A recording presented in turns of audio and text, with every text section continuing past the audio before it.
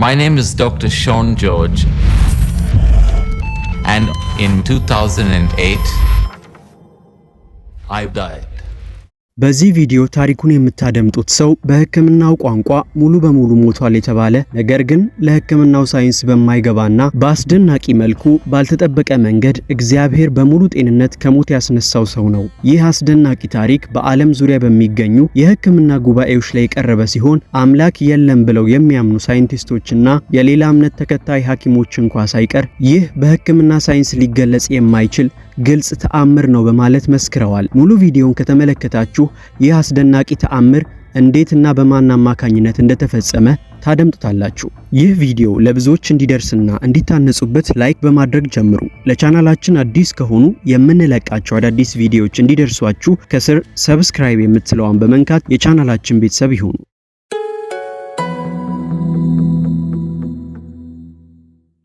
My name is Dr. Sean George. I work as a consultant physician and head of Department of Internal Medicine at Calgary Hospital.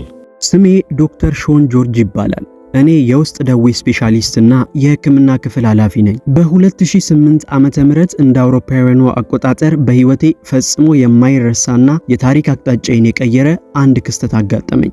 በዚያን ቀን ለ80 ደቂቃዎች ያህል በሕክምናው እይታ ሞቼ ነበር። ጥቅምት 24 ቀን 2008 ዓመተ ምህረት እንደማንኛውም ተራ ቀን ይመስል ነበር። እኔና ተለማማጅ ሐኪሜ ከኤስፔራንስ ወደ ካልጉሪ በመመለስ ላይ ሳለን በድንገት ደረቴ አካባቢ መጠነኛ ምቾት ማጣት ተሰማኝ። መጀመሪያ ላይ የበላሁት ምግብ ሳይስማማኝ ቀርቶ ይሆናል ብዬ ብገምትም ስሜቱ ግን እየበረታና ወደ ማቅለሽለሽ እየተቀየረ መጣ። ባለቤቴን ዶክተር ሸሪን በስልክ ደወልኩላትና የልብ ድካም ሊሆን እንደሚችል ነገርኳት።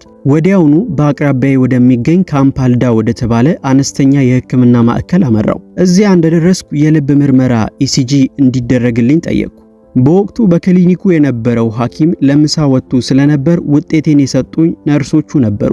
እኔ ራሴ ሐኪምም ታካሚም በመሆኔ ምርመራውን ሳነበው ደነገጥኩ። ውጤቱ ከባድ የልብ ድካም ሀርት አታክ እያጋጠመኝ መሆኑን በግልጽ ያሳይ ነበር። ሐኪሙ ከምሳ ተመልሶ ሲመጣ እኔን ለማረጋጋት ቢሞክርም እኔ ግን ሁኔታው ምን ያህል አስጊ እንደሆነ አውቅ ነበር። ወዲያውኑ ወደ ድንገተኛ ክፍል ተወሰድኩና አልጋ ላይ ተኝቼ የልብ መቆጣጠሪያ ማሽኑ ላይ ስመለከት የልብ ምቴና የደም ግፊቴ በፍጥነት እየጨመረ መጣ። ከዚያ በኋላ የማስታውሰው ነገር የለም። በዚያ ቅጽበት ልቤ መምታቱን አቆመና ሙሉ በሙሉ ወደ ክሊኒካዊ ሞት ገባው። ሐኪሞችና ነርሶች ለ48 ደቂቃዎች ያህል 13 ጊዜ የኤሌክትሪክ ንዝረት ቢሰጡኝና የልብ እርዳታ ሲፒአር ቢያደርጉልኝም ልቤ ግን ምላሽ አልሰጠም። ይልቁንም የልብ መቆጣጠሪያ ማሽኑ ላይ ያለው መስመር ሙሉ በሙሉ ተኝቶ ፍላት ላይን መቆሙን አሳየ። የአደጋ ጊዜ ሕክምና ፕሮፌሰሩ ስቲቭ ደንጂ ወደ ስፍራው ሲደርሱ ያዩት ነገር ተስፋ አስቆራጭ ነበር። ሾን ሞቷል ብለው አወጁ። አስክሬኔ ቀዝቅዞና በድን ሆኖ ነበር። በሕክምና ሳይንስ አንድ ሰው ልቡ ቆሞ 20 ደቂቃ ካለፈ አእምሮ ሊጠገም በማይችል ሁኔታ ይሞታል። እኔ ግን ለ1 ሰዓት ከ20 ደቂቃ ማለትም ከ80 ደቂቃ በላይ በዚያ ሁኔታ ውስጥ ነበርኩ። በዚህ መሃል ባለቤቴ ዶክተር ሸሪ ልጇን ይዛ ወደ ክሊኒኩ ደረሰች። ባለቤቷ መሞቱን ስትሰማ ክፉኛ ብታዝንም በስልክ አባቷ የነገሯትን ሂጂና ጸልይ፣ እግዚአብሔር ሁኔታዎችን ሁሉ ይቆጣጠራል የሚለውን ቃል አስታወሰች። ሸሪ ወደ አስክሬኔ ተጠግታ ቀዝቃዛ እጄን ይዛ በልቧ ጌታ ሆይ እርሱ ገና 39 ዓመቱ ነው፣ እኔ 38 ነኝ፣ የ10 ዓመት ልጅ አለን፣ ተአምር እፈልጋለሁ በማለት ጸለየች። ጸሎቷን እንደጨረሰች ግን ማንም ሊያምነው የማይችል ተአምር ተከሰተ። ለሰዓታት ፍላት ላይን አሳይቶ የነበረው ማሽን በድንገት ቢፕ የሚል ድምጽ ማሰማት ጀመረ። የቆመው ልቤ ተመልሶ መምታት ጀመረ። ክፍሉ ውስጥ የነበሩ ሐኪሞችና ነርሶች በድንጋጤ በግርምት ተሞሉ። ወዲያውኑ የሕክምና እርዳታ ተደርጎልኝ ወደ ካርጎሊ ሆስፒታል ከዚያም ወደ ፐርዝ ሆስፒታል በድንገተኛ በረራ ተወሰድኩ። ልቤ መምታት ቢጀምርም ሐኪሞች አሁንም ስጋት ነበራቸው። ምክንያቱም ለ1 ሰዓት ከ20 ደቂቃ ያህል ደምና ኦክሲጅን ወደ አእምሮዬ ስላልደረሰ ኩላሊቴና ጉበቴ ስራ አቁመው ነበር። ሐኪሞች ሾን ቢተርፍ እንኳ እንደ በድን ቬጂቴብል ሆኖ ነው የሚኖረው ብለው ደምድመው ነበር። ነገር ግን ከ3 ቀናት በኋላ በአይሲዩ ክፍል ውስጥ ተኝቼ ሳለ በድንገት አይኔን ገለጥኩ። ከጉሮሮዬ ውስጥ የመተንፈሻ ቱቦ ሲወጣ የተናገርኩት የመጀመሪያው ንግግር ሐኪሞቹንና ነርሶቹን ክፉኛ አስደነገጠ። የደም ጋዝ ምርመራዬ ኤቢጂና የሕክምና ቻርቴ ምን ይመስላል ብዬ ጠየቅኩ። አእምሮዬ 100% ጤናማ ከመሆኑም በላይ እንደ ሐኪምነቴ ስለ ራሴ ሕክምና መጠየቅ መጀመሬ ማንም ያልጠበቀው ተአምር ነበር። ከ13 ቀናት በኋላ ከሆስፒታል ወጣው። በ2 ወር ጊዜ ውስጥም ወደ ስራዬ ተመለስኩ። ይህ አስደናቂ ታሪክ በዓለም ዙሪያ በሚገኙ የሕክምና ጉባኤዎች ላይ የቀረበ ሲሆን አምላክ የለም ብለው የሚያምኑ ሳይንቲስቶችና የሌላ እምነት ተከታይ ሐኪሞች እንኳን ሳይቀር ይህ በሕክምና ሳይንስ ሊገለጽ የማይችል ግልጽ ተአምር ነው በማለት መስክረዋል። I'm a professor of emergency medicine, senior consultant physician, staff nephrologist, paramedic, senior medical officer. I was doing all the forensic work in the whole distance. I'm not religious. I'm a Hindu. I'm a practical, clinical scientist, a humanist. Before we start, I want to be really clear. Would you call this a miracle? You can't explain apart from miracle. I can certainly say that was one miracle I've Yeah, seen. this is a miracle. Oh yes, I really do believe that is a miracle.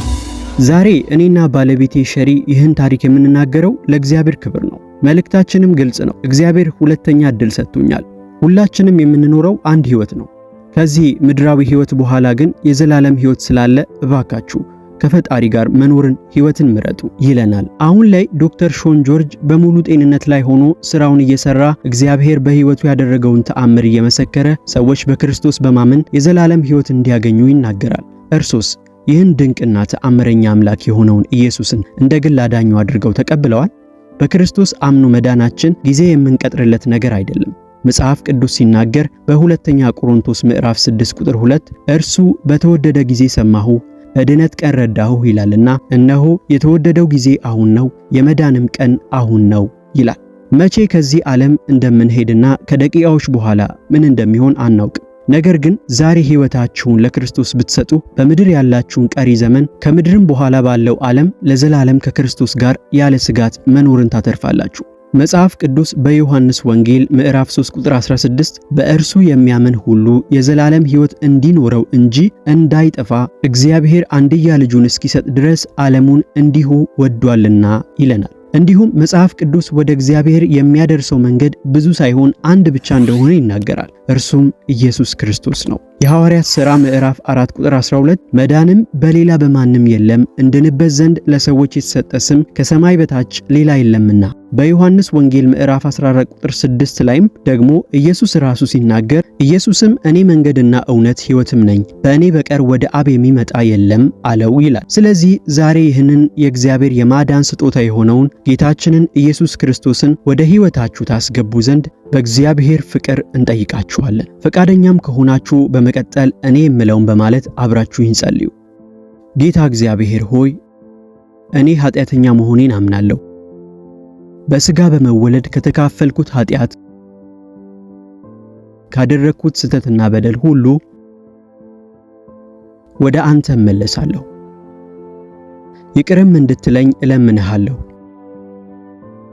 ዓለምን ሰይጣንንና ዓለማዊ ምኞትን እክዳለሁ።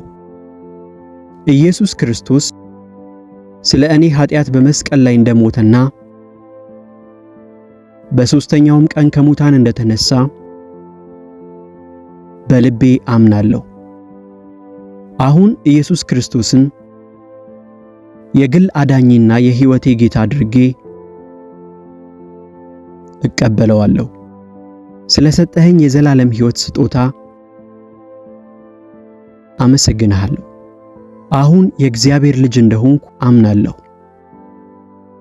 በኢየሱስ ክርስቶስ ስም አሜን። ይህንን ጸሎት በእምነት አብራችሁኝ ከልባችሁ ከጸለያችሁ እንኳን ደስ አላችሁ። አሁን የእግዚአብሔር ቤተሰብ ሆናችኋል። በዚህ አዲስ ሕይወት ለማደግ በአቅራቢያው ወደሚገኝ በአብ በወልድ በመንፈስ ቅዱስና በክርስቶስ ኢየሱስ ብቸኛ ዳኝነት የሚያምኑ አማኞች ወደሚገኙበት ቤተክርስቲያን በመሄድና በመያዝ መንፈሳዊ ሕይወቱን ያሳድጉ። እስከ መጨረሻው ስላደመጣችሁ እናመሰግናለን። መልካም ቀጣይ ጊዜ